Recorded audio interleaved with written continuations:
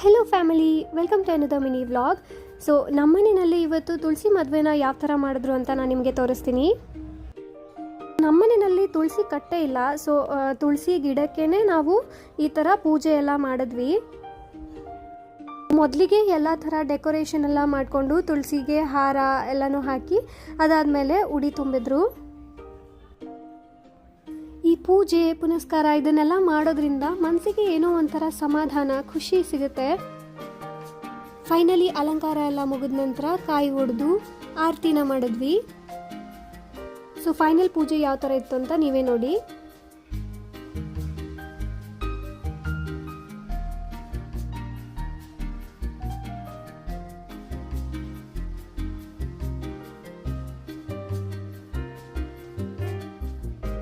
ನಮ್ಮ ವ್ಲಾಗ್ಸ್ ನಿಮಗೆ ಇಷ್ಟ ಆಗ್ತಿದ್ದಲ್ಲಿ ಪ್ಲೀಸ್ ಸಬ್ಸ್ಕ್ರೈಬ್ ಮಾಡಿ.